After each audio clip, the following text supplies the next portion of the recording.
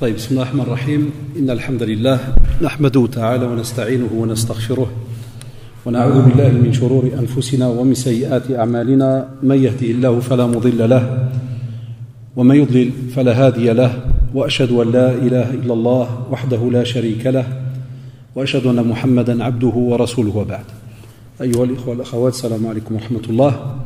Donc bienvenue au Centre islamique et culturel de Belgique et ici donc à Bruxelles ce 16 septembre 2017 et on est reparti Inch'Allah bi'idhnillah pour une année où il y aura donc une rencontre mensuelle comme d'habitude. Les anciens y sont habitués, les nouveaux comme ça vous le savez donc une fois par mois et c'est comme ça depuis Masha'Allah à peu près 17 ans sans arrêt.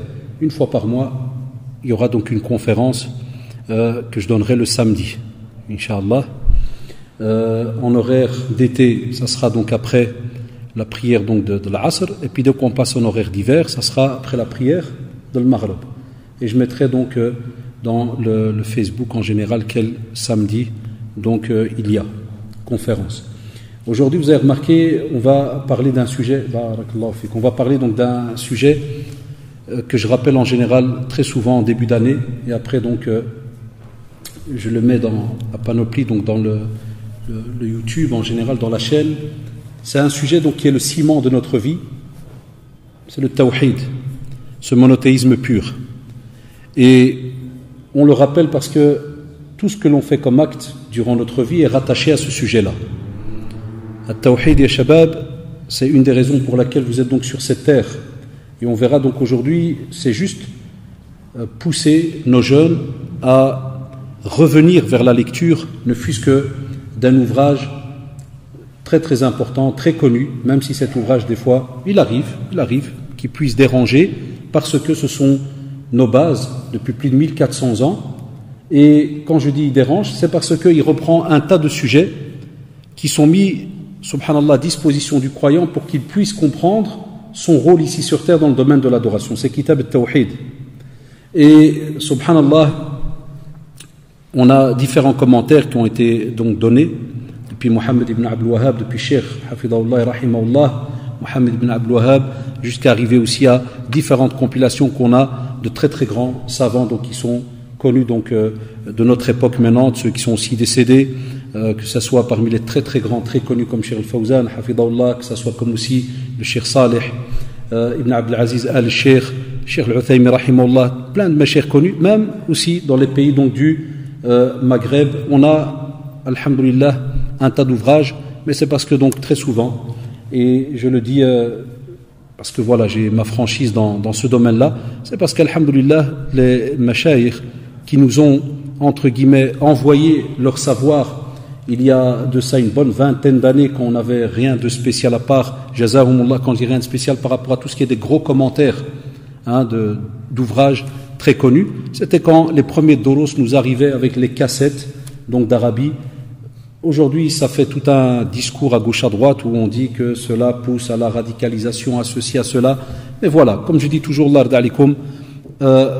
les informations sont là, on entend un tas de choses, lakin on reste persuadé, nous en tant que prédicateurs, que le musulman, alhamdoulilah, il fait son possible pour pratiquer, et ce n'est pas parce que peut-être un petit groupe, des fois ça arrive de jeunes ou de plus âgés, commettent certaines erreurs ou ont des manières de voir peut-être compliquées que même nous des fois on se dit comment se fait-il qu'ils arrivent à ce niveau-là et autres. On ne peut pas après jeter le propre sur toute une communauté. Un point aujourd'hui, je vous le dis avec toute sincérité, donner une conférence sur le tawhid, j'ai déjà reçu même des mails et des remarques en me disant Haddash, pourquoi tu rentres dans ce sujet, c'est bien ce dernier temps, Kada, parce que voilà, il y a ceci, il y a cela, ou là, parce que c'est vrai, on parle de croyances, on parle de mécréances, ce sont des bases, c'est une foi.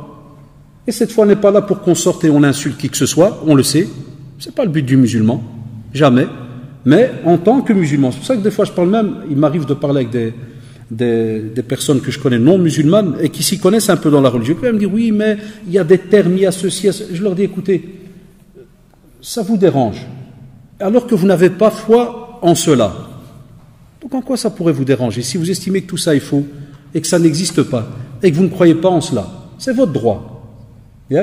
Mais nous, lorsqu'on nous parle de cela, c'est pour nous dire justement, faites attention, lorsqu'on parle par exemple de la mécréance, C'est pour nous faire comprendre que voilà, tu as été créé pour un but bien défini.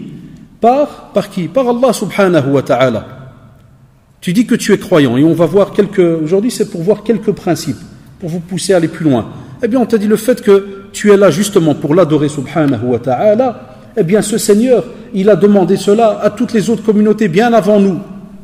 Depuis Adam alayhi salam jusqu'à la fin des temps, cette demande elle est faite. Et alors on a ceux qui ont adhéré à cela. Les gens du tawhid, depuis Adam alayhi salam et on avance. Il y a ceux qui ont adhéré et il y a ceux qui n'ont pas voulu adhérer. Voilà, ça c'est leur choix.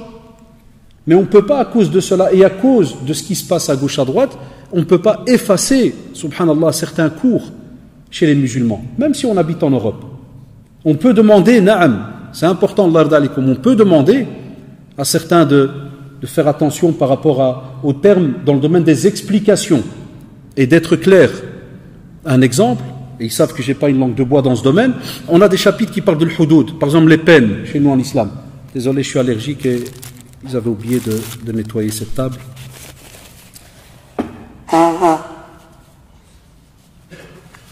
Par exemple des peines. Et on sait que dans les peines, subhanallah, ça peut aller des peines qui sont assez simples jusqu'à des peines très très compliquées. Il y a même les peines de mort et ainsi de suite.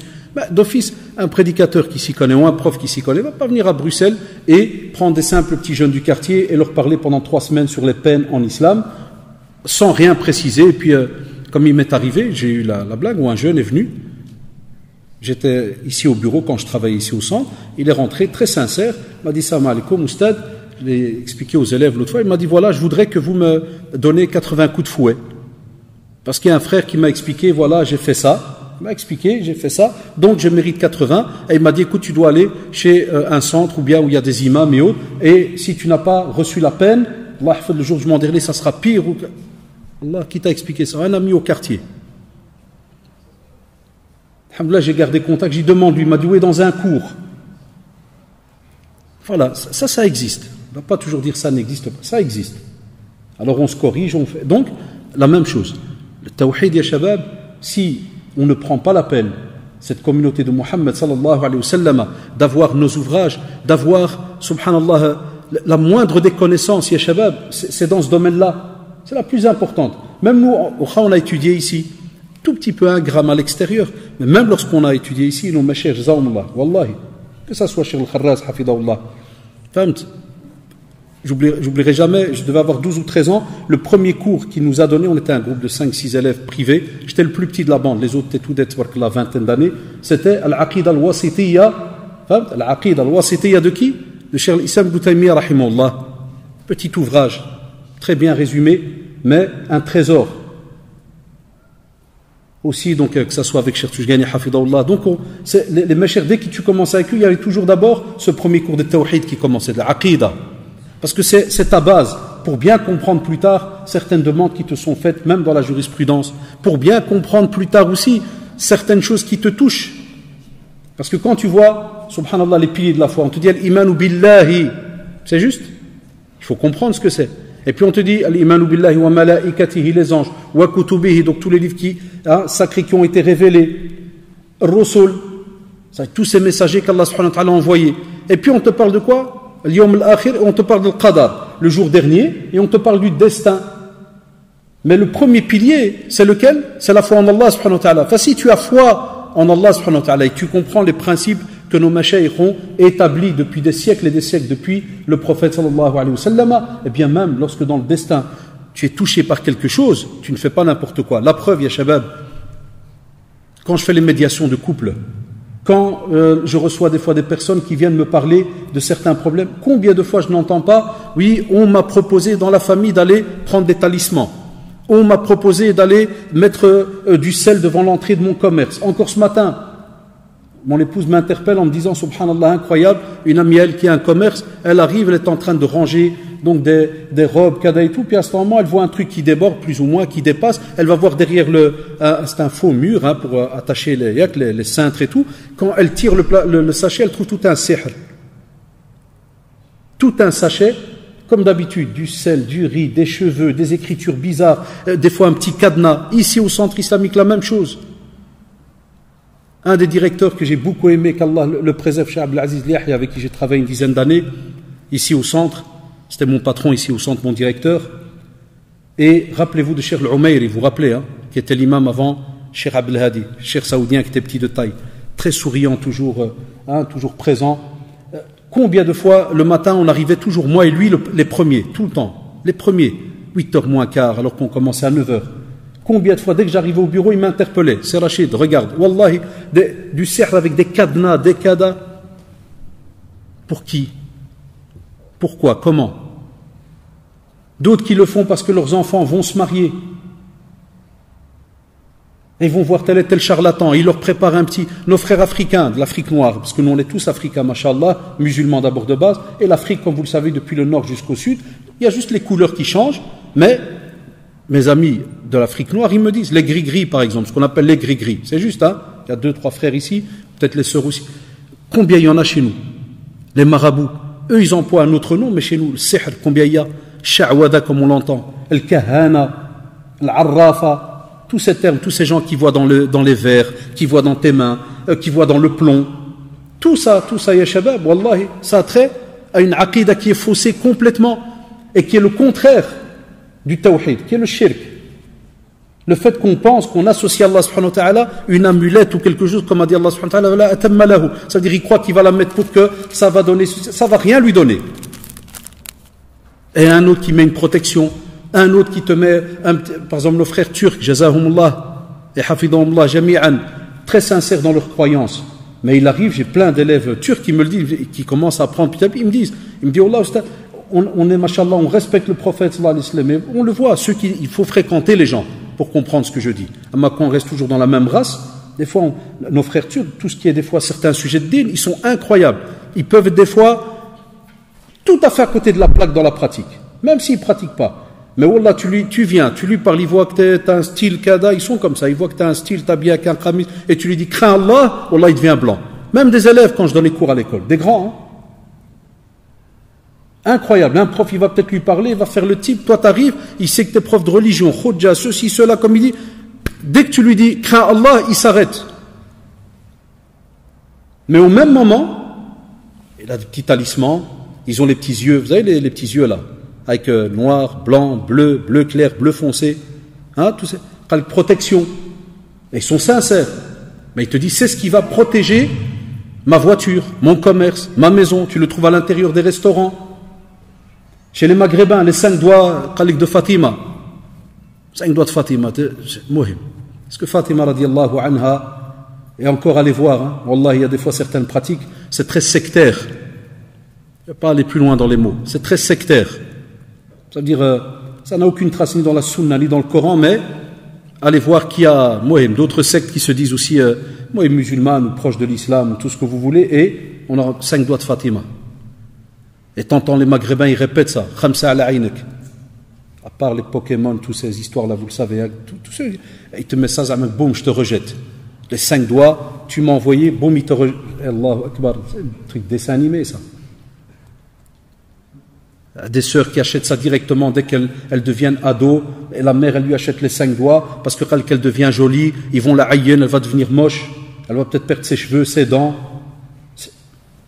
Alors boum, les 5 doigts. Si jamais, imaginez, wallah, moi-même, une fois, parce que je dois tester, moi quand je vous parle, je teste. Je vais par exemple des fois à Tanger, dans les quartiers où on vend de l'or et autres, et exprès par exemple je vois avec les 5 doigts en cacaille, tu sais, qui valent, c'est pas de l'or, c'est du métal. Puis il y a les 5 doigts en argent, hein, c'est dit comme ça là, avec un œil au milieu des fois, et puis il y a les 5 doigts en or. Et des fois je teste, je fais le type qui je rentre, je fais ça, je dis, c'est quoi la différence entre les 5 doigts Camelot et ceux en or? Il me dit, c'est puissant, hein, frère. Il me dira, ça c'est, il me dit, al-azima derrière, ça t'es venu, tu avais une cette volonté, tu as mis de l'argent pour, donc d'office c'est un level plus, non, shabab, wallahi. Comme l'a dit le prophète sallallahu alayhi wa sallam à Ibn Abbas radiallahu anhuma jami'an quand il était assis avec lui. On dit qu'il était sur une monture quand il dit ihfadillah yahfadka, ihfadillah tajidhu tujahak, fa idha ista'anta zid fasta'in billah. Alors 3 règles directement dans le domaine du tawhid, directement. Rattachement à Allah direct. Ça veut dire que protège. Fais en sorte de ne pas dépasser les limites qu'Allah subhanahu wa ta'ala t'a imposées. Wallahi alladhi la ilaha illahu. C'est lui qui te protège. Ihfadillah yahfadka. Pas des fois on traduit comme ça nous énerve. Tu trouves dans les petits sites en français, oui, protège Allah. Qui tu es pour protéger Allah? Parce qu'on a vu Ihfadillah, donc c'est protège Ihfad. Non. Allez voir dans les ouvrages de l'Aqidah en langue arabe pour comprendre que veut dire ce mot-là. Et puis on te dit, voilà, tu as besoin d'aide. La même chose. Tu demandes à qui directement? Allah subhanahu wa ta'ala. Commence pas par l'être humain direct. Même quand tu es malade, quand tu te sens pas bien, il y a le médecin. Commence pas par le médecin directement. Quelques secondes avant de prendre le téléphone pour appeler le médecin, invoque Allah subhanahu wa ta'ala. Dis Allah, guéris-moi. Il y a des invocations. On t'apprend. C'est un peu ça notre vie sur terre. C'est que chaque fois qu'on veut faire quelque chose, on pense d'abord à Allah subhanahu wa ta'ala. De quelle manière? Comme on l'a rappelé ceux qui sont venus hier à la mosquée Sunna. Vous vous rappelez? On l'a rappelé hier. C'est que on te dit à chaque fois que tu veux faire quelque chose, pense d'abord à est-ce qu'Allah subhanahu wa ta'ala va accepter de toi l'acte que tu vas faire? Est-ce qu'il a accepté? Et si à ce moment-là tu n'as pas d'information par rapport à cet acte nouveau ou qu'on t'apporte aussi, qui est nouveau pour toi, pose d'abord des questions avant de le mettre en pratique. Et c'est pour cela, Allah yarda alikum, le cheikh ici Salih ibn Abdullah ibn Abdul Aziz al-Cheikh, il te dit que lorsque l'on parle du tawhid, il te dit subhanallah, c'est rendre une chose unique. Lorsque vous entendez parler du mot directement au premier abord, ça signifie rendre une chose unique. Et nous, c'est ce que nous faisons, subhanallah, vis-à-vis d'Allah subhanahu wa ta'ala. Pourquoi? Parce qu'on te dit justement que les musulmans, qu'est-ce qu'ils font? Ils unifient, qui ça? Allah subhanahu wa ta'ala. C'est pour ça qu'on dit la ilaha illallah Muhammadur Rasulullah sallallahu alayhi wa sallam. Ce qui sous-entend, un shabab, il n'y en a pas un d'entre nous ici, la plupart, sauf quand on a des invités qui viennent ici au centre, qui sont non musulmans, qui viennent un peu écouter, s'intéresser et autres. Donc, on te dit à la base, lorsqu'ils viennent et qu'ils entendent parler du tawhid, de l'unicité, tout musulman sait que cette unicité, elle est rattachée à qui? À Allah subhanahu wa ta'ala. Toute personne qui de nouveau se renseigne par rapport à l'islam au fur et à mesure et qui voudrait entrer dans l'islam, il sait que pour entrer de nouveau, il y aura cette phrase, cette attestation de foi, on va le voir après, ou de nouveau, la ilaha illallah, c'est-à-dire qu'il n'y a aucune divinité digne d'être adorée en dehors d'Allah subhanahu wa ta'ala, le seul, l'unique. Qul huwa Allahu ahad. C'est ce que Allah subhanahu wa ta'ala a ordonné au prophète sallallahu alayhi wa sallam et qui nous l'a lui-même enseigné, surat al-Ikhlas. Ce monothéisme pur. Qul huwa Allahu ahad. De nouveau, il est le seul, unique. On répète la phrase, mais est-ce qu'on la comprend? Deuxièmement, on a nos enfants. Ils grandissent. Chaque musulman en général voudrait transmettre cela à ses enfants, de lui faire comprendre que voilà, tu es sur cette terre, il y a le Seigneur, on lui explique les actes d'adoration, tu les fais pour Allah subhanahu wa ta'ala. Tu vas devoir lui expliquer cette shahada qui va répéter au fur et à mesure. Mais est-ce qu'on va juste lui dire Allah est seul, l'unique, et on s'arrête là?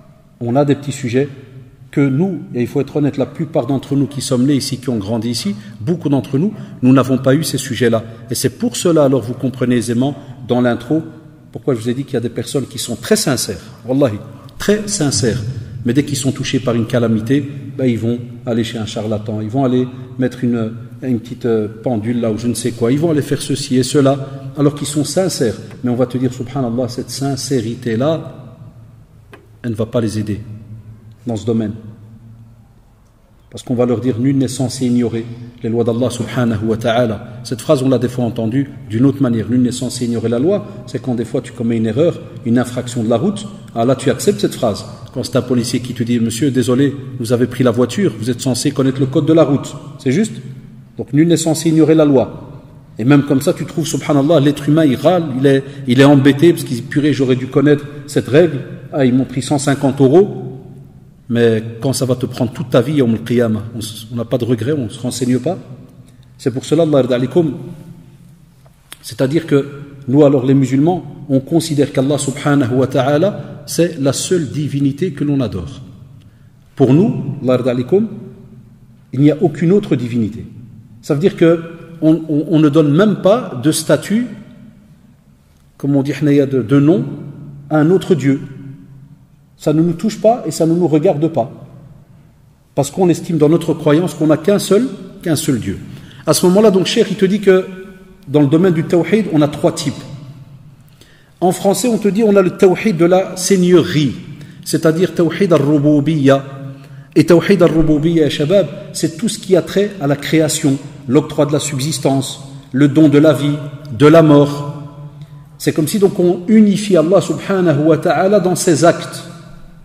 Regardez pourquoi des fois même quand on donne ce cours, je l'ai testé il y a quelques années, je donnais cours de Aqidah, les élèves y tiennent 2 semaines. C'est lourd. Allah, ils trouvent ça très technique, c'est lourd. Mais regardez, pourquoi c'est important? Quand on te dit, subhanallah, la création, l'octroi de la subsistance, le don de la vie et de la mort. Un point qui nous touche la plupart ici, l'octroi de la subsistance. Quand je fais les médiations, par exemple, le top 1 des problèmes, souvent dans les couples, l'argent. L'argent, tout le temps, chaque fois que je fais une médiation, minimum, il faut un petit quart d'heure sur l'argent. Et il m'arrive que des fois, des personnes, je fais toujours ça exprès, je ne demande pas dans quoi ils travaillent, qu'est-ce qu'ils ont, mais dès qu'ils me soulèvent, ils me disent, oui, on a un problème d'argent entre nous, alors je fais semblant, oui, lequel, alors comme, ouais, voilà, elle ne me laisse pas voir dans son compte, ouais, mais il ne me donne pas les virements, et je ne vois pas ce qu'il veut. Après, des fois, quand je leur demande, au fait, excusez-moi, vous travaillez donc tous les deux, naam, combien d'enfants? Des fois 1, des fois même pas d'enfants. Je dis donc, vous avez 2 salaires, vous vivez à 2, oui, combien vous touchez tous les deux? Quand tu vois la moyenne, tu retrouves des fois des 1 900 € chacun, quasi presque 4 000 € les deux. Et des plaintes, sur des plaintes, sur encore des plaintes. Malheureux. Et chacun qui te dit non, c'est parce que c'est moi qui travaille, c'est moi qui ceci, c'est moi qui fais la nuit, c'est moi que... Wallahi, normalement, quand tu as reçu dans ta vie un cours de tawhid, jamais tu parles de cette manière-là. Tu dis alhamdulillah. C'est Allah subhanahu wa ta'ala qui nous donne tous les moyens de subsistance. Mais voilà, j'ai peut-être fait une erreur, j'ai ceci, j'ai cela. Si on avait des bases, wallahi, très strictes dans notre manière de fonctionner vis-à-vis d'Allah subhanahu wa ta'ala, il y aurait beaucoup de choses qu'on n'oserait pas dire. Certaines personnes, de nouveau, ils te disent, ouais, purée, Allah, c'est la crise, frère, il n'y a rien. Et au même moment, juste après, il te sort, je sais pas moi, comme nous, un iPhone, et il te sort il y en a qui vont me dire, ouais, mais monsieur, maintenant, tu prends un abonnement chez Orange ou la Kada, ils te donnent un iPhone. Et quoi, tu crois, tous les êtres humains de la Terre ont la facilité d'aller chez Orange et de prendre un iPhone? Tellement nous, ici, dans nos pays, c'est devenu automatique, c'est devenu normal. On ne voit même plus, subhanallah, le bienfait qu'Allah octroie par rapport à des choses qu'on a. Nous, on croit que c'est automatique. La preuve, on te dit, monsieur, c'est normal, prends un abonnement, t'en as un. Non, c'est pas normal. C'est parce qu'Allah, subhanahu wa ta'ala, l'a voulu. C'est comme ça dans notre aqidah, nous. C'est parce qu'Allah, subhanahu wa ta'ala, a voulu que tu sois touché par ce bienfait. Et des fois, on a aussi d'une autre manière. On a des jeunes, sakin, qui courent à gauche, à droite, qui veulent absolument avoir tel ou tel travail. Et il te dit, parce que ce travail-là, mashallah, tu te touches à l'aise, et tu fais à l'aise, et tu kada, et il te dit, purée, monsieur, c'est pas normal, j'arrive pas à l'avoir. Virgule, qu'est-ce qu'il te dit? Je crois que j'ai la poisse. Ah, vous rigolez directement, parce que c'est ce qui se dit toujours autour de nous. Ah, monsieur, Allah, je crois que je suis un poisseux. Là où je mets ma main, ça... Là, tu as peut-être mis, mon frère ou ma soeur, tes mains là où tu es incompétent. Il faut l'admettre des fois. Des fois, c'est pas la poisse. Des fois, il n'y a même pas la poisse. La poisse, vous oubliez, shabab. Chez nous, en islam, il n'y a pas la poisse. Wallahi, comme ça, vous êtes tranquille jusqu'à la fin de votre vie. Il n'y a pas ça dans l'aqid, à la poisse. C'est catastrophique. Des gens qui pensent, ils ont tout mis, tous leurs problèmes dans un seul mot, la poisse. Chez nous, on n'a pas la poisse. On te dit, il y a le destin. Et après, dans ta vie, il y a compétence et incompétence. Tout le monde n'est pas nécessairement informaticien ou mécanicien ou docteur, c'est juste. Voilà. Des fois, tu voudrais quelque chose, mais Allah subhanahu wa ta'ala a destiné un bien pour toi, que toi tu penses qu'il est mal. Si tu cours pour avoir, par exemple, telle chose, et tu ne l'as pas, on te dit, wallahi, c'est qu'il y a un bien derrière. Tu peux détester une situation et dire, subhanallah, j'aurais aimé kada, et Allah subhanahu wa ta'ala, wallahi, te veut du bien. C'est pour cela, certains de nos mashayikh ils disent, combien de fois un pauvre, il est préférable qu'il reste pauvre. Parce que s'il devient riche, Allahu alam, qu'est-ce qu'il va faire? Seul Allah sait ce qu'il va devenir. Combien de fois on n'a pas entendu ça dans nos familles? C'est juste ou pas? Il y avait des fois des gens, comme on dit, entre guillemets, un peu paumés, type, il a juste une place dans un boulot. Je vous en avais parlé, une des médiations que je dû faire avec des jeunes qui étaient dans une équipe de nettoyage. Ils étaient toujours à 5. Ils étaient, subhanallah, toujours le respect, ils sont venus chez moi. Vous savez, les jeunes, quand ils tassent, il n'y a pas une fatwa pour attacher un type dans une forêt ou le jeter dans. J'ai attaqué là, les frères chrétiens, je vais vous raconter. Avant, on était ensemble, toujours respect, Un jour, le patron, il a dit, tu sais quoi, l'équipe, elle s'agrandit, je vais mettre un tel chef d'équipe. Il ne nous parle plus, il lève les mains, il crie. Il nous espionne. Certains de nos machers, ils te disent, Wallahi, il aurait été préférable pour un tel de garder une certaine situation. Et des fois, certains, ils se battent pour être chef ou je ne sais quoi, et ils ne voient pas derrière le hikmah qu'il y a. Et ils rentrent par différents moyens jusqu'à ce qu'Allah subhanahu wa ta'ala, entre guillemets, soit c'est un bien pour eux, soit il leur ouvre la porte pour qu'ils testent, pour qu'ils goûtent. Les sœurs, ça les touche très souvent. C'est comme ça maintenant. Alors on est nés, nous ici, on a grandi ici, c'est comme ça, l'histoire du voile. Ah, mais monsieur, j'ai étudié, je suis arrivé jusqu'en 5e à l'UNIF. Ah, j'ai un doctorat, et on me rejette, on me fait. Ouais, je leur dis, c'est normal, c'est la démocratie, il faut accepter. C'est la loi du plus fort. Voilà, on te fera toujours comprendre, t'es pas chez toi, donc à l'aise. Ça, c'est un sujet. Il dérange toujours. Chaque fois que j'en parle, on dit, regarde, purée. Ah, oui, c'est normal. Parce qu'il y a plein de théories qu'on voit bien que c'est farfelu. Il n'y a rien de. Là, en tant qu'être humain normal, purée, on ne voit pas ce qu'il y a à l'extérieur, mais on voit ce qu'il y a à l'intérieur du cerveau. C'est comme ça qu'on nous a appris depuis qu'on est gamin. Étudier, avancer pour. Mais voilà, les lois, elles changent de siècle en siècle, ou bien ici, des fois de jour en jour, ou de semaine en semaine, ou d'année en année. Hop, c'est qu'il n'y a pas de voile. Chère sœur, alhamdoulilah, toutes ces études que tu as faites, on sait très bien. On étudie en tant que musulman. On a des hasanats ou pas? Parce que talabul ilm, l'acquisition du savoir, il y a les jeunes, l'acquisition du savoir, c'est une ibada, c'est un acte d'adoration. Et c'est une obligation. Donc on te dit alors, avance, garde ta spécificité de musulman, musulmane, et puis dès que, Inch'Allah, les portes s'ouvrent, elles ne s'ouvrent pas, on continue à invoquer Allah subhanahu wa ta'ala. On ne lâche pas sa prière, on ne lâche pas sa pratique en se disant, oui, mais je crois que c'est l'islam qui me freine, ou ceci ou cela. Là, tu peux faire ce que tu veux. Si ce n'est pas indiqué que tu l'auras, cours. Mais il y a un destin qui est là. On est dans une époque où, voilà, à cause de différents problèmes qui arrivent, eh bien, on commence à serrer et certaines règles, on commence même à instaurer certaines règles et autres, et voilà, et on zappe un petit peu, voilà, tout un paquet de filles. Je le vois même on le voit autour de nous, dans l'enseignement, ceci, cela. Il y a un tas de filles qui quittent directement l'école et autres, parce que voilà, il ne reste plus rien à Bruxelles, 2-3 écoles maximum qui acceptent le voile, et puis alors on les éjecte au fur et à mesure. Et après on s'étonne que mais il s'assimile pas. Moi, c'est un de ces embryos de dingue. Mais même comme ça, on calme nos frères et sœurs, on leur dit voilà, il y a un destin, alhamdoulilah. C'est qu'Allah a voulu quelque chose derrière. Ne lâche pas ta religion, avance, reste dans un juste milieu. Ne deviens pas, comme certains, ils deviennent alors méchants, rentrent dans l'extrême et commencent à détester l'autre. Ah, il nous aime pas, on t'a pas demandé qui t'aime. J'entends souvent ce discours des fois chez certains jeunes. Je leur dis, Akhil Karim, si tu as une aqidah qui est claire et nette, on te dit, l'octroi de tout ce qui est la subsistance, elle vient d'Allah subhanahu wa ta'ala. Elle vient d'Allah, calme. Et si c'est écrit, tu l'auras, tu l'auras.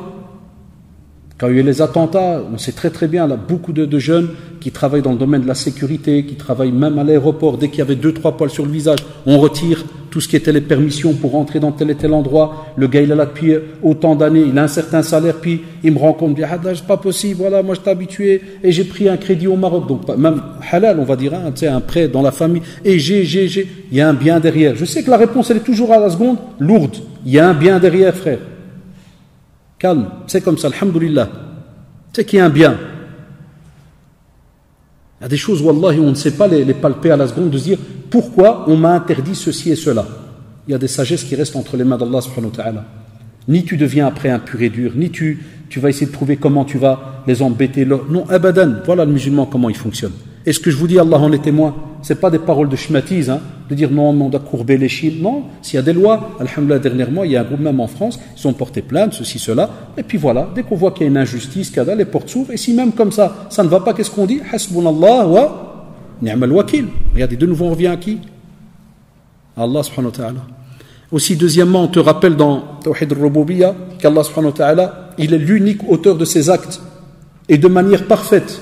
Tout ce que vous voyez autour de vous est fait de manière parfaite, car venant d'Allah subhanahu wa ta'ala, Même si on entend parler des fois, même les torrents, ceci, cela, même dans les naissances, même si, par exemple, il y a un handicap, ceci, cela. Subhanallah, on te dit, voilà, il y a le vouloir d'Allah subhanahu wa ta'ala, on te dit, alhamdulillah, on avance. Hein? Et on a, alhamdulillah, cette récompense par rapport à l'acceptation, comme on va le voir après. On accepte et on avance. Ça ne veut pas dire qu'on ne bouge pas, qu'on ne va pas se médicamenter, qu'on ne va pas voir, même si on peut faire une chirurgie ou ceci. Tout ça, c'est des portes qui sont ouvertes. On te dit juste, ne commence pas à lever tes yeux vers le ciel et commencer à dire et pourquoi moi, pourquoi pas les autres. Et, même, subhanallah, les savants appellent cela une forme d'injustice envers Allah, exalté soit-il. Que quand tout va bien, tu dis alhamdulillah, puis dès que tu es touché par quelque chose, tu lèves la tête, pourquoi moi et Allah? Tu as des fois même des jeunes, ils disent, ah monsieur, comment se fait que des fois, il y a un type, il n'est pas musulman, il est dans le haram, et c'est un millionnaire. Et moi je suis musulman, je fais le halal, shaht, il n'y a rien. On entend tout le temps cette phrase. Alors je prends toujours la peine, 2 secondes, de m'asseoir, de dire au frère, s'il te plaît, Allah yarhamlik al-walidin, explique-moi c'est quoi rien. C'est quoi rien? Rien ça veut dire quoi en français? On est né ici de rien. Dites-moi rien ça veut dire? Vous allez me dire ça veut dire rien. Rien. C'est juste ou pas?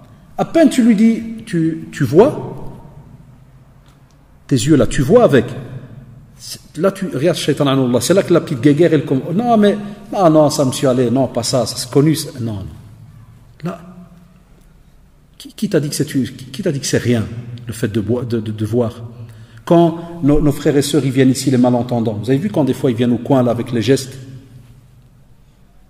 Je vous l'ai dit 1 million de fois, ceux qui me suivent là. Combien de fois, la première fois qu'ici au centre islamique, on leur a donné la première conférence, ça remonte à plus de 15 ans, moi et cher Mustafa Kastit, et je remercie la sœur Mskina là, cette maman qui s'appelle la sœur Hafida, et bien d'autres, le frère le Tariq Balidan, son épouse, c'était les premiers qui sont venus nous aider avec la langue des signes, et il fallait voir, Wallah, certains ils pleuraient, leur première dars qu'on leur a donné, et ils nous juraient, ils disaient, Wallahi, on ne s'occupait pas de nous. Parce que chez beaucoup de Maghrébins, l'handicapé, c'est celui qu'on jette à côté. C'est tout, il a un handicap, Mskin s'est fini au revoir, il n'a plus de responsabilité. Et ils ont continué leur conférence encore jusqu'à l'heure où je vous parle. On ne lâche pas, on ne se dit pas, Kada, ceci, cela. Non, il n'y a rien. Au contraire, il y a beaucoup. Aussi, Allah d'alikum, tawhid al-uluhiyya, c'est le tawhid de l'adoration. C'est-à-dire qu'on unifie Allah subhanahu wa ta'ala par les actes qu'on lui voue. C'est-à-dire, nous les serviteurs, les actes que l'on fait, on les voue pour Allah, exalté soit-il. Je t'aide, c'est pour Allah subhanahu wa ta'ala. Si je t'ai aidé, c'est pas parce que tu t'appelles un tel, c'est pas parce que tu as un patron, tu as de l'argent. Ceux qui fonctionnent comme ça, ils vivent mal, parce qu'ils sont déçus. Ceux qui font pour l'être humain, c'est des gens qui sont sur un fil. Parce que le jour où les êtres humains les déçoivent, vous savez comment ils sont? Ils deviennent malades. Il y en a qui tombent malades, psychologiquement. Il y en a qui ne parlent plus. Parce qu'il a voué sa vie à qui? À l'humain. La preuve, prenez les couples. Il y a ceux qui vont se marier et ceux qui sont mariés. Je sais que c'est difficile ce que je vais dire. Il arrive par exemple le divorce. On sait que le divorce, c'est très très lourd. C'est très très difficile un divorce. Wallahi. Sous-estimez jamais cet acte. Très très dur. Et des fois il y a des personnes devant moi qui me disaient, après une médiation, des fois il arrive que la sœur par exemple, que la sœur dise je divorce, je veux rien savoir, ou le frère il dit je divorce, je veux rien savoir. Combien il m'est arrivé ici au centre, même dans les familles, que la personne me dise Wallah il divorce, je me suicide, elle divorce, ma vie n'a plus de sens. Voilà. Comment ça n'a plus de sens? Oui, j'ai voué ma vie pour lui. C'est vrai. Dans la pratique, ce qu'on voit, oui, tu as été quelqu'un de respectueux, tu as fait, tu as porté ses enfants, mais tu as fait ça pour qui au début? Le mariage, c'est un acte d'adoration. Donc tu t'es marié à la base avec l'intention de plaire à qui? À Allah subhanahu wa ta'ala. Donc en fin de compte, même si c'est dur, ça c'est une chose, mais tes réactions, ça doit être les louanges à Allah subhanahu wa ta'ala en disant alhamdulillah. Voilà. Moi, j'ai eu une mission, je me suis marié, et quand je me suis marié, celui qui était le premier témoin par rapport à mon mariage, c'est qui? Allah subhanahu wa ta'ala. Donc j'ai fait tout mon possible. Ma mission, Allah subhanahu wa ta'ala fait qu'elle s'arrête aujourd'hui. Je dois divorcer aujourd'hui. Alhamdulillah. Ala kulli hal. C'est pour ça que nous on dit souvent Alhamdulillah ala kulli hal. Toute situation. Les louanges vont à Allah subhanahu wa ta'ala. C'est dur, j'invoque. Et on sait que si on a été sincère, il y a une récompense. Nos divorces, pourquoi ils se terminent mal chez les Maghrébins? Pourquoi les avocats sont devenus des millionnaires grâce à nous? Pourquoi des dossiers qui restent des années au tribunal? Parce qu'il n'y a pas de l'hamd, il n'y a pas de reconnaissance divine, il n'y a rien. Il n'y a que du donnant. On a fait 10 ans, tu pars, allez, tu vas le payer, tu ne partiras pas gratuitement. Je ne parle pas quand il y a une injustice, ça c'est autre chose, vous m'avez compris. Non, moi je parle de, voilà, c'est la réaction primaire. Fais une médiation, on te supplie, on dit ça fait. Vous voyez bien que vous êtes incompatibles tous les deux, ça arrive, kada, donc ça. Non, Allah, je vais le traîner en justice, je vais faire un de ces certificats et je vais demander à un copain, il va me balafrer, je vais demander à une copine, elle va me griffer le visage et tu vas voir. Et je vais le couler. C'est ce qu'on m'apporte tout le temps. J'en ai vu des vertes et des pas mûres, viennent chez moi au bureau avec des certificats, frère, salam alaikum, ou bien des fois des sœurs, cher frère, Allah, regarde, mon mari, il a mis qu'on serait venu avec 10 filles de la famille, on l'a agressé.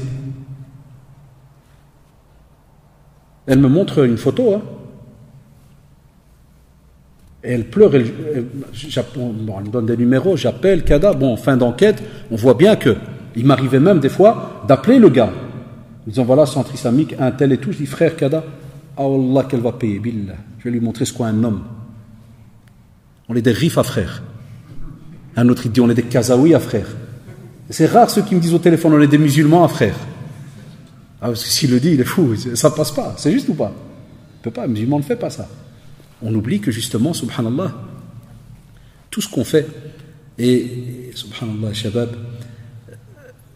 c'est, imaginez, on cite à peine le deuxième point, et combien d'exemples de la vie en général je vous ai cités, dans lesquels on fait n'importe quoi.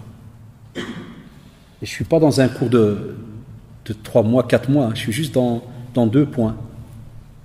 Et comment vous voyez comment notre vie elle est régie, que si on acceptait certaines choses, wallahi, on avance. Donc, Allah yarda alaykoum, la même chose.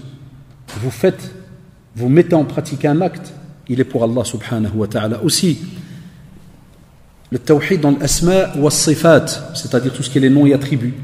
Ça veut dire que le serviteur, il croit qu'Allah subhanahu wa ta'ala, il est unique dans ses noms et attributs. Ça sous-entend quoi? Que personne ne lui ressemble. Walam yakul lahu kufuwan ahad. Et c'est pour cela que, on vous pousse, et je vous invite à la mosquée Al-Amal, en général toujours les premiers vendredis du mois, sauf s'il y a congé scolaire, c'est soit le vendredi avant ou le vendredi d'après, de venir suivre depuis 1 an et demi, je fais les noms d'Allah, subhanahu wa ta'ala. On est arrivé quasi ceux qui étaient là l'autre vendredi, on est quasi à 80, et on va presque les terminer, Inch'Allah. Et vous allez voir, quand tu apprends qu'Allah, subhanahu wa ta'ala, il est Ar-Razzaq. Ah, pourquoi tu l'étudies? Et on vient d'en parler juste avant. Tu sais que c'est lui, maintenant on le sait, c'est lui qui octroie les biens de subsistance. Il est Ar-Razzaq. Ça sous-entend quoi, Shabab? Que quand tu es dans la pauvreté, sache que celui qui peut te donner, c'est qui? C'est Allah subhanahu wa ta'ala. Et même s'il te donne 1 gramme, c'est que ce gramme, c'est ce que pour l'instant est bon pour toi. Et tu avances, on en a parlé tout à l'heure, d'accord? Donc les noms et attributs, très très important qu'on les lise, qu'on les relise. Je vous avais dit l'autre fois d'acheter l'ouvrage Les plus beaux noms d'Allah subhanahu wa ta'ala par Cheikh Al-Badr et de l'avoir à côté sur sa table de chevet, d'aller un peu relire de temps en temps, parce que wallahi, combien de fois, ya shabab, il arrive que quand tu lis les noms d'Allah subhanahu wa ta'ala, tu retrouves une situation dans laquelle tu es, ou une situation qui pourrait t'arriver, tu dis Allahu Akbar. Ah. Donc c'est très très important. Nous on n'a pas cet automatisme. Aussi, le contraire de ces 3 sortes de tawhid, c'est le shirk. Ah voilà. Ce qu'on appelle le polythéisme aussi, associé à Allah subhanahu wa ta'ala. Et qu'est-ce qu'il y a comme définition en général? On te dit cela consiste à attribuer un associé à Allah subhanahu wa ta'ala, que ce soit dans la seigneurie, dans l'adoration ou dans ses noms et attributs. Vous voyez, donc le shirk, c'est comme si tu reprends les 3 sortes de tawhid et tu vas associer quelqu'un ou quelque chose à un de ces 3 sortes, une de ces 3 sortes. Ça existe ou pas aujourd'hui? Ouais, ça existe. Dans nos pays. J'avais expliqué ça dernièrement dans une des conférences. Encore aujourd'hui, dans nos pays, tu peux avoir des villages où les gens crèvent de faim, et puis tu peux avoir un bourgmestre, un maire, qui vient avec un ajel, c'est un bœuf, qui coûte le prix d'une voiture, et il va à un musolé, il égorge, il le dépose là, il part. Allez que j'ai fait un don à Sidi Moulay, 3 petits points.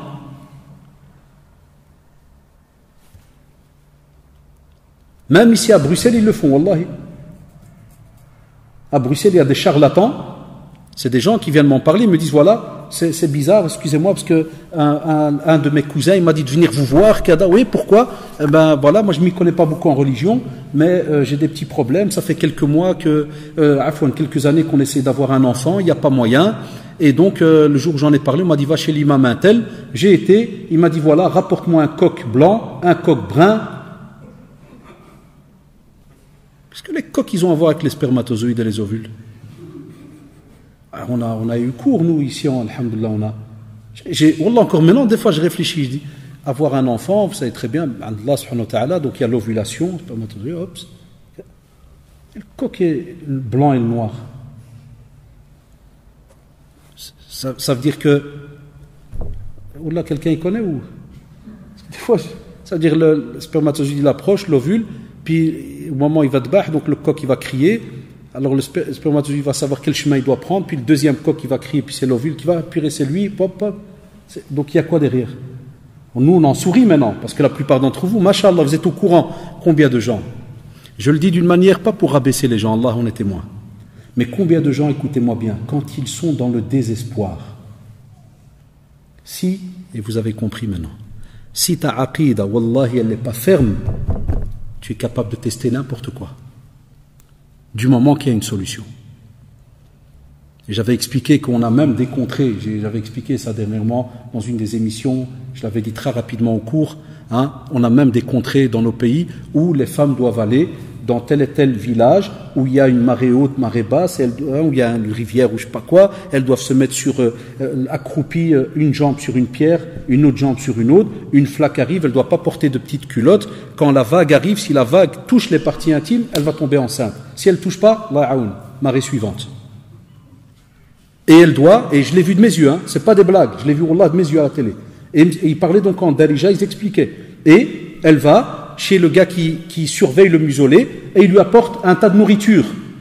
C'est des dons pour que, ya Rabbi, si jamais la vague, elle me touche, je tombe enceinte et le moulay là qui est enterré, c'est peut-être un pieux, mais qui miskin, il va les nier le jour du jugement dernier. On va leur dire, je vous ai jamais rien demandé, moi. Je vous ai jamais demandé cela. Vous avez quelque chose qui dit que je demandais? Vous allez voir le jour du jugement dernier combien de gens vont se nier. Et le comble, il y a les frères et sœurs, le comble, c'est que le journaliste, il n'est pas musulman, et il pose une question, il dit à l'autre, il lui dit, celui-là qui surveille le temple, j'avais expliqué au cours Strap, celui-là qui surveille le temple, le petit musolé, le journaliste, il voit plein de bouffe, et il voit que c'est le soir, que la marée commence à monter, puis il lui dit comme ça, il lui dit, excusez-moi, toute cette nourriture-là, il dit, on sait bien que il est mort, le type là, vous faites quoi avec? Je prends à la maison, comme ça, Allah.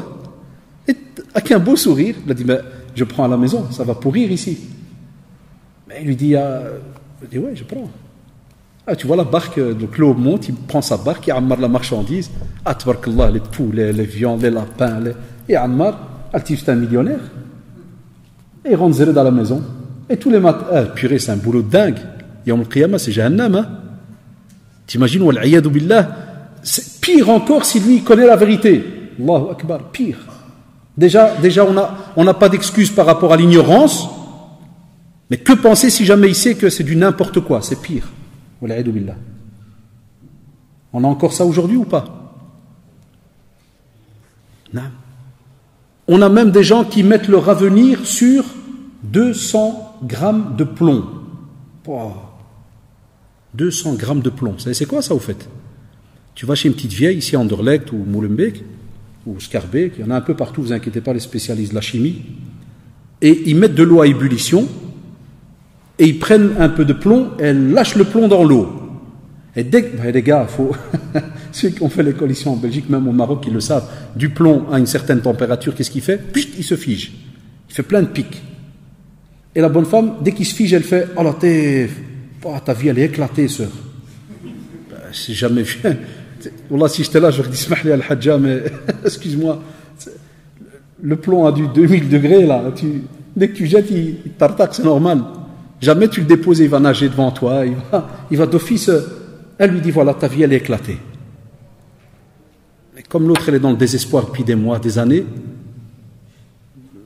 des amis d'office, quand tu viens chez quelqu'un qui s'occupe des désespérés, c'est qu'à la base, à 99%, 99%, c'est que tu es un désespéré, c'est juste ou pas? Donc d'office, qu'elle va te dire, ta vie est désespérée. À part si tu lui fais une blague pour la tester, que tu n'as rien, tu es à l'aise, tu viens, elle te fait push de nouveau, tu dis ta vie est désespérée, que Allah c'est la tienne. Là, je suis juste venu pour te montrer que tu racontes n'importe quoi. Comme je l'aime la raconter, même si je l'ai dit 1 million de fois, parce qu'elle est pure, elle est d'actualité, même 300 ans. Vous l'avez vu sur Facebook, là, la petite vidéo YouTube. Un journaliste là, très connu, là, humoristique, il arrivait chez un voyant. Vous vous rappelez, hein? Et voilà. Et il s'arrête devant le voyant, puis il lui fait « Ah, donc vous êtes voyant, Kada ?» Il fait « Ouais », puis il fait « Parak !» Il dit « Tu l'as vu celle-là ?» Comme pour lui dire que c'était un vrai voyant. Tu m'aurais directement mis à l'écart en me disant « Toi, tu vas me donner une tarte. » Je le sais. J'ai reçu un don, je vois le futur. L'autre, pour se foutre, il a dit « Qu'est-ce que tu vois, frère? Qu'est-ce que tu vois ?» Et l'autre, il a assis, il a reçu cette tarte. Il a dit « Mais tu vois quoi? Si la tarte, tu ne l'as pas vu venir. Ah, tu vas voir ma vie? Maintenant, on sourit, nous. » Même ça que Wallah, il y a des personnes dans le désespoir, ils vont, et vous savez, vous croyez que c'est gratuit, c'est très très cher. Encore tu payes un service pour quelque chose qui, mashallah, c'est halal, ça vaut la peine. Mais imagine, tu payes et dans du shirk. Combien de filles le savent, des mamans qui préparent des commandes à partir du mois de juin pour qu'elles les reçoivent quand ils reviennent du Maroc fin août, septembre. Spécialement si elles ont des mariages en septembre. La même chose, un tas de commandes.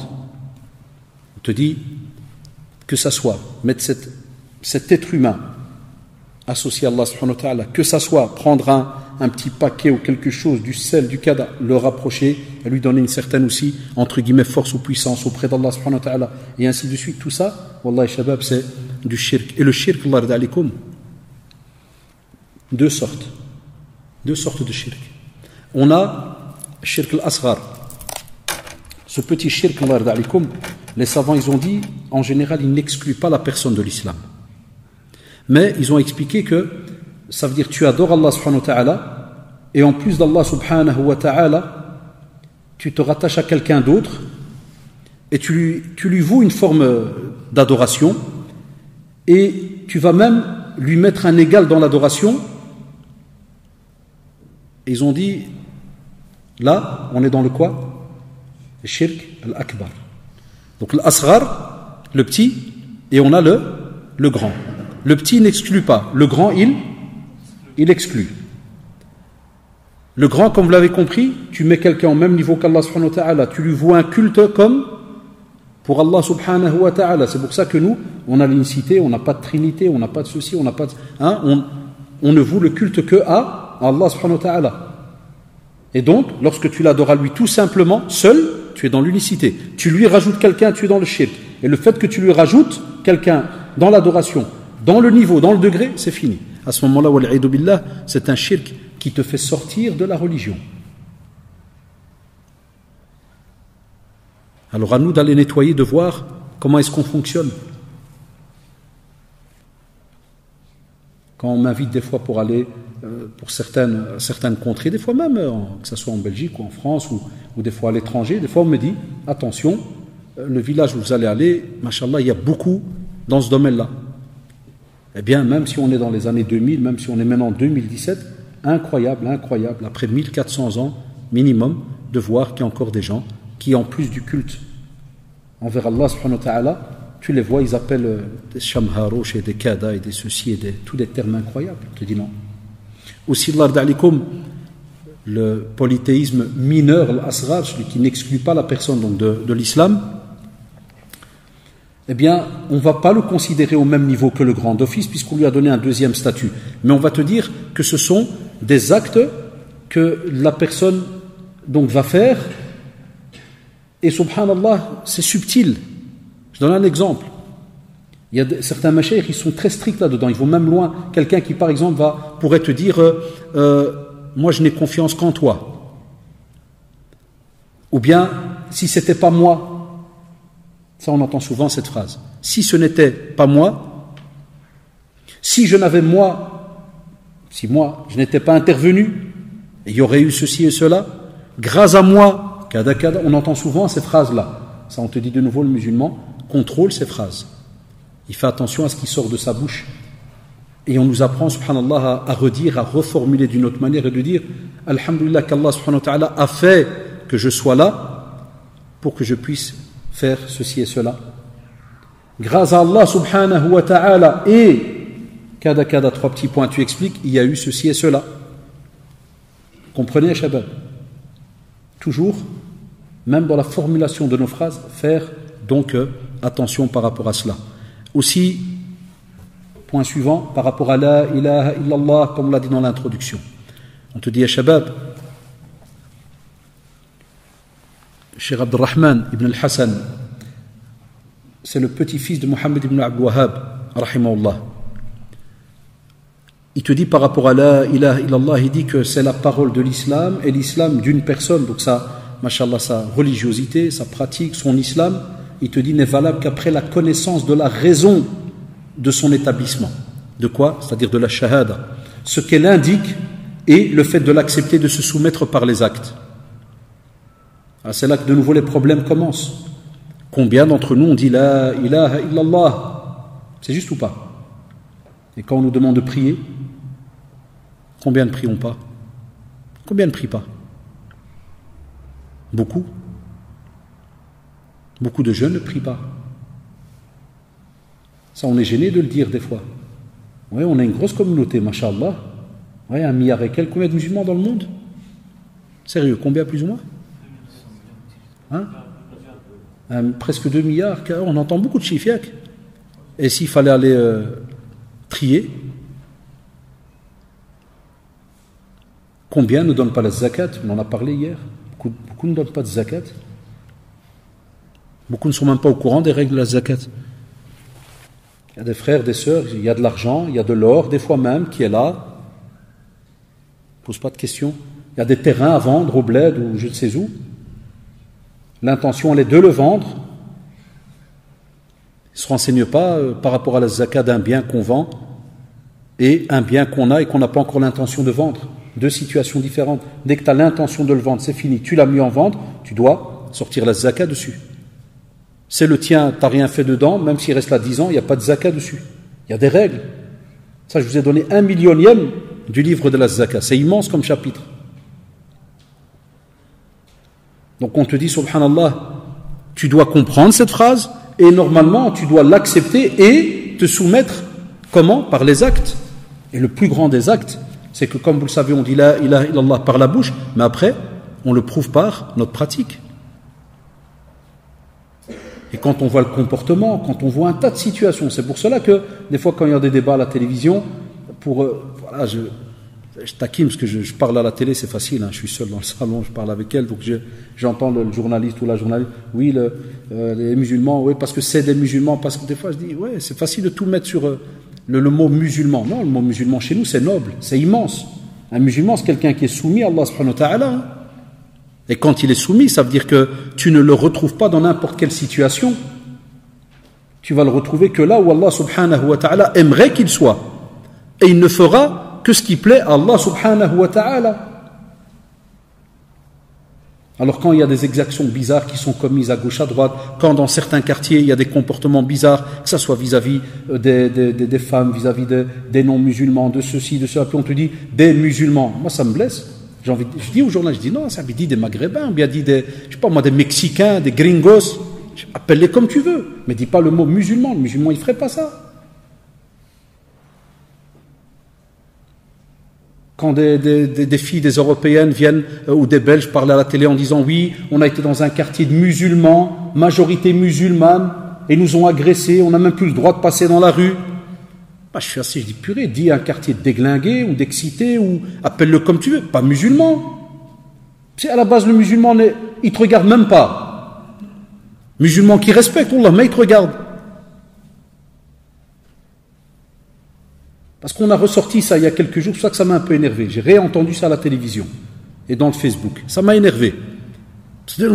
Les jeunes musulmans dans certains quartiers, les filles n'osent plus passer. Wallah, ça m'a énervé. Pourquoi dire le mot musulman? Non. Le musulman, Allah en est témoin. Même si elle passe nue, Wallah, mais il la regarde. Je l'ai dit et je l'ai répété 3 fois cette semaine, pour ça je ne le répète plus. Même si elle passe nue, Wallah, mais il la regarde, le musulman. C'est juste ou pas? Vous m'arrêtez si je me trompe. Hein? Et la musulmane, même si un type il passe tout nu, Wallah, mais elle le regarde. Et Allah est clément, parce qu'il y a toujours le premier regard qui est un réflexe. Toi, tu vois un corps passer, un réflexe, après, tu baisses le regard. Salam alaikum, au revoir. Allah, mais il lui parle, il lui casse la... Il pourrait, regardez, il pourrait, et même, on lui dira même, parle. Et d'après le contexte, le musulman dira même à cette personne, chère madame, sans la regarder, hein, chère madame, ça serait bien que vous vous habillez. Et j'ai bien dit le contexte, parce que si dans le pays dans lequel tu es, on te dit, il y a une liberté de s'habiller ou pas, c'est comme si on te fait comprendre, ce n'est pas tes affaires. Le type, il passe tout nu, psahto. Et t'as le frérot, il s'énerve. Non, mon frère, billah, c'est quoi ça? Quand tu seras dans un pays musulman et encore même dans nos pays musulmans, quoi, tu crois que tout le monde est habillé? Donc, Shabab, le fait de se soumettre, que ce soit même quand on est étudiant, même quand on est au travail, il y a tout un comportement de musulman. Et ce comportement, il émane de toi, donc positif. Pourquoi? Parce que tu es rattaché à la ilaha illallah. Tu sais qu'Allah subhanahu wa ta'ala, tout ce que tu fais, tu lui vois un culte exclusif. وَمَا أُمِرُوا إِلَّا لِيَعْبُدُوا اللَّهَ مُخْلِصِينَ لَهُ الدِّينَ. Il ne leur a été ordonné que d'adorer Allah subhanahu wa ta'ala en lui vouant un culte sincère. Donc tu fais attention à tout ce que tu fais. Après, on a des musulmans qui commettent des erreurs, ça arrive, alhamdulillah. Il n'y a pas de souci. Mais pour qu'un tas d'exactions qui sont commises par habitude, par certains, et qu'on dise les musulmans, non, musulmans, il ne fait pas ça. Et certains, ils ont l'art de faire maintenant des études pour aller allumer les musulmans dans certains quartiers. Il y a des jeunes qui s'énervent, disent pourquoi ils font ça? Je dis, wallah, ils ont raison. Ils ont raison. C'est leur droit. C'est leur droit. Faites-vous des activités qui montrent la réalité d'un musulman. Prenez des balais, des sacs plastiques et allez dans les quartiers où les musulmans ils salissent, ils font n'importe quoi, nettoyez, comme chez nous au quartier. Partout, Moulem, Berkem, tout, même chez moi au quartier à Berkem. Et il arrive que c'est des quartiers où des fois, wallah, il y a peut-être deux familles de non-musulmans. Sur peut-être 20, 30, 40 appartements, il y a peut-être, wallah, que 2 familles non-musulmanes. Allez voir la saleté. C'est la vérité, allez voir la saleté. Aucun suivi des règles. Je ne suis pas un raciste, vous le savez, parce que sinon vous aurez eu des doutes. Aucun suivi des règles.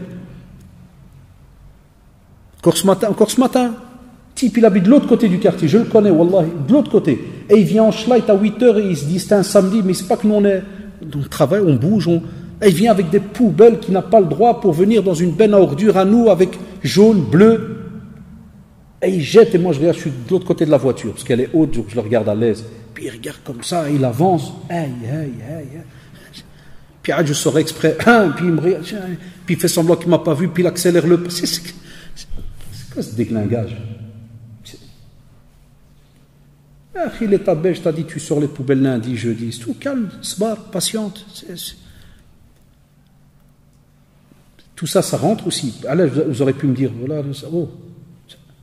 Le prophète sallallahu alayhi wa sallam, il n'a pas dit que la foi, 60aine ou une 70aine de branches.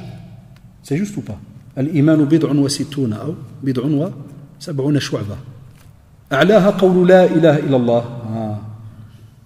La branche la plus haute. Plus haut degré, c'est le fait de dire la ilaha illallah. Et le plus bas degré, imatatul ada anit tariq.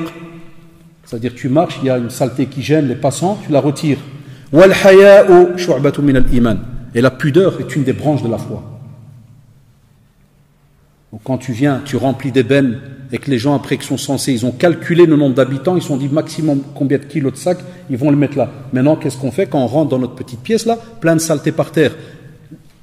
Quand Bruxelles Propreté vient, imaginez que c'est un Belge qui porte les poubelles, même si ça aurait été un musulman, Mais moi, je vais aller exprès un Belge non musulman, parce qu'on est tous des Belges, on est nés ici, hein, on a la carte et tout, on va dire que c'était un Belge de Echt, un vrai de vrai, et qui arrive dans ce quartier, et il est habitué, il voit qu'il n'y a que des musulmans, et il voit l'état de ces poubelles, l'état du quartier.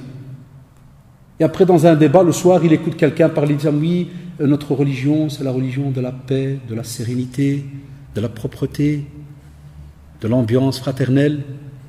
Là, Jean-Jacques, il doit se dire, ils ont combien d'islam? C'est de quel pays ils parlent? Ils vivent ça où? Et que, tu imagines, le gars, il récite le hadith que j'ai récité, et retirer les saletés. Allez. Ils ont beaucoup d'islam chez eux. Hein. Je crois que c'est le quartier où je vais, c'est un autre modèle, ça. C'est une autre secte de l'islam, qui fait l'inverse. C'est des réalités. Dans tous les domaines, ya shabab. Wallahi, j'ai pris cet exemple parce que les savants aussi, ils ont dit, la ilaha illallah, c'est une parole de sincérité, de ikhlas, parce qu'elle contredit le shirk. Quand tu dis la ilaha illallah, il y a une négation et il y a une affirmation. La ilaha illallah. Shabab, j'ai oublié. S'il y a des questions, notre petit frère, viens toi ici, un mot. Viens. Tu vas aller, tu vois l'escalier là-bas, le blanc. Tu vois le blanc là. Tu vas monter et puis tu donnes ce paquet de feuilles, ces bics. Voilà, tu vas monter, tu donnes aux khaltou qui sont en haut. À l'escalier, tu leur dis tenez. Ils vont écrire les questions. Comme ça, vous me les envoyez directement. Tu vois, tu leur donnes, tu reviens. Là-bas, tout droit, vas-y, attends, va tout droit. L'escalier en face de toi. Tout droit là-bas. Et les frères ici, voilà, il y a quelques bics. Ça s'appelle Retour. Vous savez, c'est pour les bics de la mosquée. Parce qu'ils diminuent chaque mois. On en va apporter une vingtaine. Hein. Oui, non, mais laisse, non, parce qu'ils vont les prendre. Non. Laisse au moins les 4 statistiques. Ouais, parce qu'il y en avait une vingtaine, il ne reste plus que 4. Et 3 là-bas, 7. Il faut les ramener au fait. Parce que c'est une amana, hein. Je sais que ça fait un peu radin, mais en islam c'est comme ça ne nous appartient pas, ça appartient à la mosquée.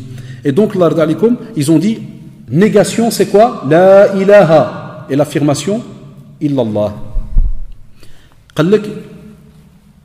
Cela, écoutez-moi bien, cela ne va profiter aux musulmans que si il y a 7 conditions qui sont présentes. C'est pour ça que les savants appelaient ça les 7 conditions de la validité de la shahada.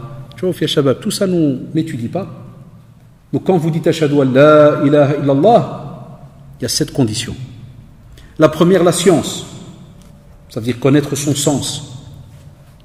La deuxième, la certitude. Ça veut dire que tu n'es pas censé avoir un doute. Tu ne peux pas dire la ilaha illallah et puis je crois pas qu'il y a un Dieu. Puis non, la ilaha illallah. 2 secondes. Là. On te dit le musulman, quand tu dis la ilaha illallah, alhamdulillah, pour lui c'est ancré, ça ne change pas et il avance dans sa vie. Mais le problème, l'ard alikum, vous savez pourquoi j'ai parlé de ces petits doutes-là? C'est parce qu'en général dans nos familles, et vous êtes tous présents ici, qui d'entre nous a vécu une rencontre avec ses parents assis dans le salon et où le père ou la mère donne un rappel sur la ilaha illallah? Dites-moi, levez la main. En général, on attend que ce soit le prof à l'école arabe ou l'imam.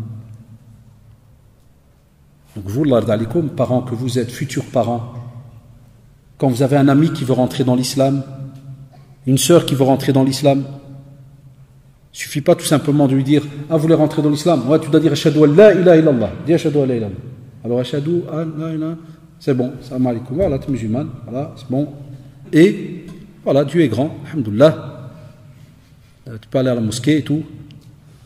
Pas de musulmans et tout, ils vont t'accueillir, Inch'Allah. Moi j'ai travaillé dans le domaine, c'est ce qu'on me raconte.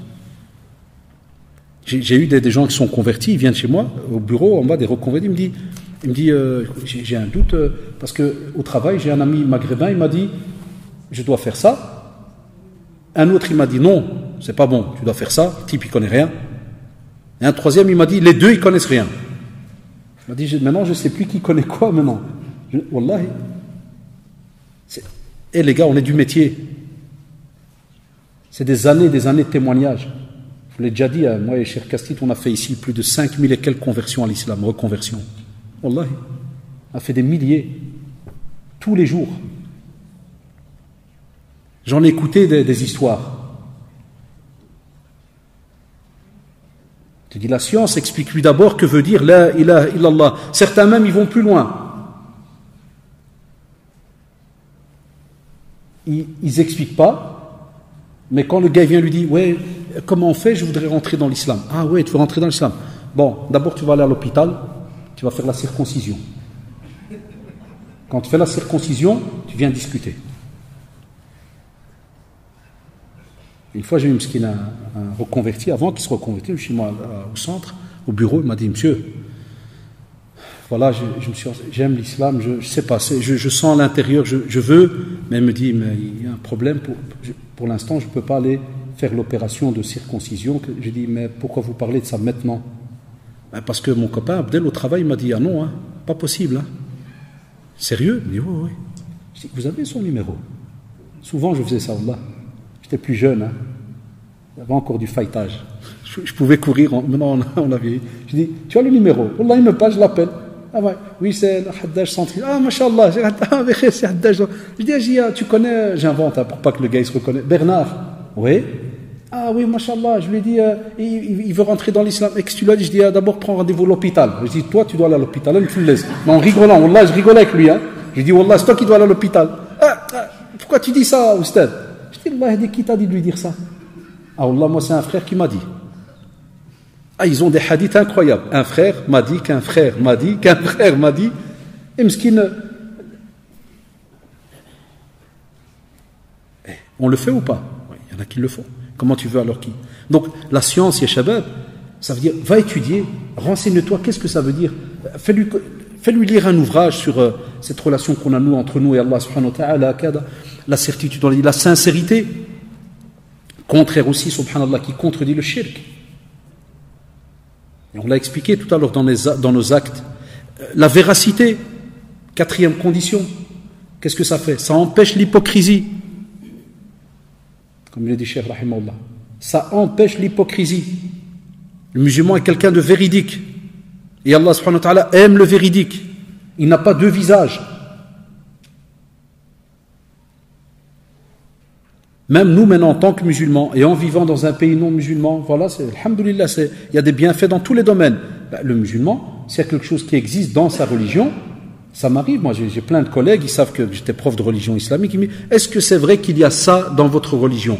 Je dis oui, même si ça a l'air pour vous, pour l'instant, à la seconde, choquant, ça existe, on a ça dans la religion, mais il y a des règles bien définies.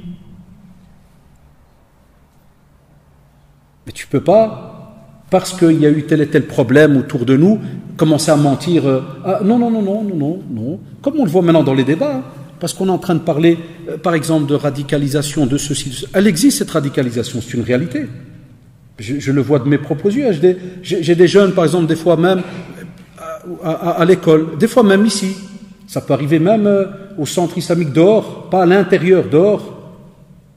Ça peut arriver, tu peux des fois sortir, ça peut arriver, hein, tu dis à quelqu'un assalamu alaykoum, mais il ne te répond pas. Parce qu'il estime que, 3 petits points, un autre, il ne parle plus à son père, parce qu'il estime qu'un autre, il éjecte un tel, parce qu'il pense que, Allahu Akbar, on a de tout. On a de tout. Là, qui on te dit, subhanallah, nous, donc ça c'est une parenthèse pour dire, oui, il y a des choses qui existent. Mais que le musulman, parce qu'on est dans une situation dernièrement où c'est vrai que ça devient catastrophique côté attentat, ceci, cela, tous les jours on a quelque chose.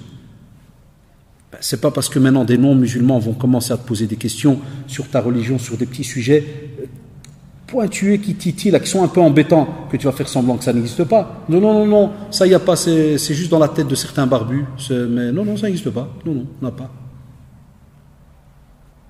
La preuve, j'ai des profs qui viennent me demander des fois, monsieur Adash, chez vous il y a ça? Je dis oui, mais il faut bien comprendre le contexte, les règles. Oh, c'est bizarre parce qu'il y a des élèves qui m'ont dit ça n'existe pas. Je dis on les a mis dans la peur.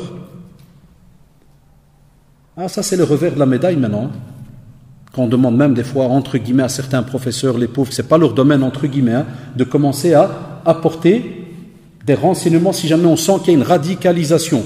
J'ai expliqué 1 million de fois. Cette année, une des modes que j'ai vues chez beaucoup de petits jeunes, wallahi, beaucoup de petits jeunes, ils se touchent la barbiche. Wallah. Puis je leur parle. Ils m'arrivent dehors, devant l'école, je leur parle. Même quand je vais des fois, ça m'arrive pour une réunion, mon fils, je leur parle, je dis, je te connais, frère. Toute la semaine, tu jettes dans mon quartier, là. Tu sais, je rigolais avec lui, je dis, mais je te connais. Machallah, petite barbiche. Ah, il me dit, ouais, monsieur, ça se donne bien, hein, ça. Je dis, non, mais attends, qu'est-ce qu'il y a derrière? Non, comme ça. Les ils l'ont fait. Je trouve que ça donne bien. Ah, c'est tout, ouais. Puis il y a la mode des hipsters. Maintenant, il y a plein de jeunes maghrébins, ils te font une belle coupe, les cheveux vraiment lissage qui reviennent en arrière, belle barbe hyper taillée en carré comme ça. Alors, tu mode. Toi, tu te dis, Allahu Akbar, salaf salih, radallahu alayhim. Quand tu vas lui demander, tu fais, non, purée, j'ai capté une fois la télé, wallah, ça donne, hein, monsieur, hein. Bah, comment ça fait bien carré, quoi. On le sait très bien. C'est des modes chez certains. D'autres, c'est la sunna. Et il sait qu'il y a derrière, mashallah, c'est un acte d'adoration, c'est une ibada. Et encore, quand on dit le mot sunna, la majorité de savants, c'est une obligation. Après, bon, les divergences qu'il y a, comme vous le savez, mais chez une majorité, c'est une obligation, blabla, virgule, virgule, virgule. Hein? Quand je dis blabla, c'est par rapport à certains qui rentrent, qui sortent dans des discussions, on leur dit, voilà, il n'y a pas lieu de faire tout un débat là-dessus, mais c'est pour dire, on fait un tas de choses, mais on sait très bien que, en face, certains ne comprennent plus rien. Donc le musulman, c'est quelqu'un qui est véridique. Quand il fait quelque chose, c'est parce qu'Allah subhanahu wa ta'ala et son prophète Muhammad sallallahu alayhi wa sallam, eh bien, Allah demande, subhanahu wa ta'ala, le prophète sallallahu alayhi wa sallam nous transmet, et on met en pratique. Et on avance d'après les moyens qu'on a, et ainsi de suite. Et on reste quelqu'un de véridique. Aussi, l'amour, c'est-à-dire l'amour de cette parole, c'est une fierté pour nous. On aime cette parole. L'unicité, on l'aime.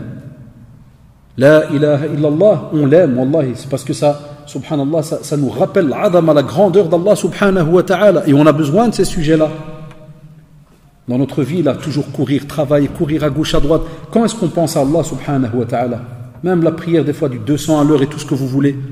Donc c'est aussi important. Et aussi, on te dit l'acceptation. Ça contredit le refus. Parce que des fois, on a des personnes qui connaissent cette parole, comme il dit Cheikh Rahimahullah, il dit cependant, ils ne l'acceptent pas de celui qui la prêche. Ils ne vont pas accepter, par exemple, certaines choses qui sont demandées. Et ils vont tomber des fois dans, comme il le dit lui, dans certains sectarismes, ou bien fanatisme, ou orgueil, ceci ou cela. Wallahi. Donc ça, c'est 6e point. Le 7e, la soumission. C'est-à-dire, on est soumis à la législation. Toutes les prescriptions. Quelqu'un qui dit la ilaha illallah, c'est-à-dire que, comme il dit le cheikh ici, rahimahullah, il te dit, les actes des membres, sincèrement, exclusivement, ils vont adorer qui? Allah subhanahu wa ta'ala. Mais en désirant sa satisfaction. Allahu Akbar. Voilà notre rôle. De nouveau, est-ce qu'on le fait? Mais si on connaissait vraiment le sens de cette shahada, Allah, vous verrez, notre situation changerait beaucoup. Même de par le monde. Même avec tout ce qui se passe, que ce soit en Syrie, que ce soit entre musulmans, hein, comme vous l'avez remarqué. Hein. Je cite la Syrie parce que c'est le dossier actuel, mais on a même en Palestine, entre musulmans aussi. Les grandes factions. Encore aujourd'hui aussi, on a de nouveau des communautés qui s'entretuent, musulmanes. Les deux groupes face à face, la ilaha illallah Muhammadur Rasulullah, et en face de nouveau, la ilaha illallah Muhammadur Rasulullah. Lui, il est bon, l'autre en face, il est kafir, et lui a la même chose. Pour lui, il est bon, et l'autre en face, il est kafir. Même ici, même en Belgique, et entre certains musulmans. Tu lui dis, ouais, un tel, il te fait, non, c'est un pseudo-musulman, frère. Et ils ont même mis des termes, des sous-termes. D'abord, aujourd'hui, quand on a des musulmans, on a des pseudo-musulmans, et on a des kadas, on a des... Non, on n'a pas ça. Il peut y avoir un musulman qui commet des fautes, on va lui parler, on corrige. Il peut y avoir aussi des avis qui divergent. Ton avis n'est pas nécessairement le meilleur ou l'avis qui est le seul qui existe. Et aujourd'hui, on a des fois un petit groupe de jeunes qui veut absolument, c'est son avis qui doit persister, pas le reste. Le reste est égaré, au revoir. Regardez, tout ça, on le vit à Shabab, jour après jour. C'est un vrai micmac. Que ma génération, il y a peut-être une vingtaine d'années, wallahi, on ne connaissait pas cela. Ma génération, je dis avec toute sincérité, wallahi, quand on discutait avec certains jeunes, nos amis, on disait, Ya Rabbi, qu'on reste sur l'adoration, Ya Rabbi, qu'on reste sur l'unicité, Ya Rabbi, qu'on continue à prier, qu'on ne lâche pas. C'était nos rêves. Dis, Ya Rabbi, s'il y a ça, Allahu Akbar, on est bien. Et aujourd'hui, il y en a qui rentrent même pour savoir si un tel, il rentre dans la religion, il sort, et quelle liste ou kada, alors qu'on te dit, Akhi, la soumission, c'est entre toi et Allah subhanahu wa ta'ala, les autres, ils conseillent. Et ça, nous, on a perdu de nouveau. Donc, Allah radi alikum, pour terminer, Mu'ad ibn Jabal, radiallahu anhu, il rapporte, il dit, j'étais derrière le prophète, sallallahu alayhi wa sallam, sur une monture. Et il lui dit, Ya Mu'ad, sais-tu quel est le devoir des serviteurs envers Allah, subhanahu wa ta'ala, et quel est son devoir envers eux? Chouf, regardez, Shabab, première petite leçon. Le prophète, sallallahu alayhi wa sallam, profitait d'enseigner à chaque fois une leçon aux compagnons. Donc vous-même, quand vous lisez quelque chose que vous êtes sûr que vous avez bien compris, transmettez-le dans un juste milieu, en expliquant les choses petit à petit. Il lui dit, seul Allah et son prophète sont plus savants. Il lui dit alors, sallallahu alayhi wa sallam, les devoirs, donc le devoir plutôt des serviteurs envers Allah, est qu'ils l'adorent sans rien lui associer. Et son devoir envers eux est qu'il ne châtie pas ceux qui ne lui ont rien associé. Allahu Akbar. Adore-le. Et lui, le jour du jugement dernier, il sera clément envers toi. Glorifie Allah subhanahu wa ta'ala. Vis dans le tawhid, dans l'unicité. Ne rattache rien à Allah subhanahu wa ta'ala. Ne t'approche pas du shirk. Éloigne-toi de tout cela, de tout ce qui va entacher cette relation entre toi et Allah subhanahu wa ta'ala. Et, comme on l'a vu, il te promet, le jour du jugement dernier, de ne pas te châtier. On te dit aussi, il va lui dire, donc Mu'ad, il va s'écrire, il va dire, Ya Rasulallah, puis-je répandre cette bonne nouvelle parmi les gens? Et lui dit, ne l'annonce pas. C'était par rapport à ce moment-là, parce que sinon ce serait contradictoire par rapport à hadith. Tu lui dis, car parce qu'il y a un tas de commentaires par rapport à ce hadith-là, mais il te dit, car il risquerait de s'en remettre qu'à cela. Il y a toute une éducation. Parce que nous, en tant que musulmans, on a toujours cet espoir qui est là, on a cette sincérité, on avance jour après jour. Mais cette confiance en Allah subhanahu wa ta'ala, wallahi, on la remet en place chaque matin, chaque fois qu'on ouvre les yeux. Première invocation, les rattacher à Allah subhanahu wa ta'ala. C'est juste ou pas? Alhamdulillah, il a dit Ahyana ba'dama amatana wa ilayhi an-nushur. Direct, on le remercie. Les louanges vont à Allah subhanahu wa ta'ala, celui-là qui nous a redonné la vie. On réouvre les yeux. C'est encore une occasion pour nous de le réadorer donc de nouveau. Les sœurs, si elles peuvent renvoyer les questions, barakallahu fikunna. Et comme ça, donc, on va terminer, Inch'Allah. Et Ubad ibn Samit radiyallahu anhu dit que le prophète sallallahu alayhi wa sallam a dit, quiconque atteste qu'il n'y a pas de divinité, c'est-à-dire qui a le droit d'être associé, si ce n'est Allah, l'unique et sans associé, et que Muhammad est son serviteur et son messager sallallahu alayhi wa sallam, et que Isa, Jésus alayhi salam, est le serviteur d'Allah, son messager, et sa parole qu'il envoya à Maryam alayhi salam, est une âme venant de lui, que le paradis est vérité et que l'enfer est vérité, il entrera au paradis par quels que soient ses actes. Il entrera au paradis quels que soient ses actes. Et les savants ont rapporté aussi comme commentaire, quand on dit quels que soient ses actes, ça veut dire soit Allah subhanahu wa ta'ala, pour quelqu'un qui a fait des péchés, soit il peut lui pardonner directement, il fait entrer au paradis directement, soit il peut le juger, et puis une fois qu'il aura passé son jugement, il rentrera après au paradis. C'est important de savoir cela, parce qu'il y a des fois des jeunes qui prient pas, qui font rien et tout, puis tu dis, j'ai lu dans un texte, celui qui dit La ilaha illallah dakhala al-jannah, na'am. Mais tu passes d'abord le jugement, et c'est Allah qui décide. Est-ce que tu vas y rentrer effectivement directement, ou d'abord un jugement, puis après tu y rentres? Shabab, comme je vous ai dit, on a pris tabarakallah plus d'une heure et demie, si pas plus, juste pour, plus ou moins, on a fait combien? Voilà, 1h20. Juste pour vous, excusez-moi du terme, vous allécher. Vous faire un petit peu aimer le sujet et vous dire, ça, ce n'est que 1/10000000 d'un cours de Aqidah, c'est immense, parce qu'il y a encore plein de sujets. J'essaierai de traiter ça, Inch'Allah, au fur et à mesure, pendant cette année ici au centre islamique. Mais on te dit, Allah yarda alik, s'il te plaît, donne un sens dans ce que tu étudies. On a les sciences profanes, alhamdoulilah, nos études, écoles, universités et autres, mashallah, on fait son possible, on excelle, on avance. La même chose à côté. Pour tout ce qui est les sciences religieuses. Apprenez, lisez. Et il y a des cours qu'on doit tout le temps se répéter parce que c'est le ciment de notre vie. Tu les répètes, tu les relis, arrive un jour une situation où, subhanallah, tu vas te rappeler un cours. Tu vas dire Allahu Akbar, stop. Et tu ne commets pas l'erreur, tu ne vas pas faire un pas que tu n'es pas censé faire et ainsi de suite. Qu'Allah subhanahu wa ta'ala vous préserve. On va voir maintenant avec les questions. Inch'Allah, ça c'est de qui? Les sœurs, ils sont où? Ça c'est les sœurs. Bon, comme d'habitude, hein, je ferai mon possible. Barakallahu fikoum.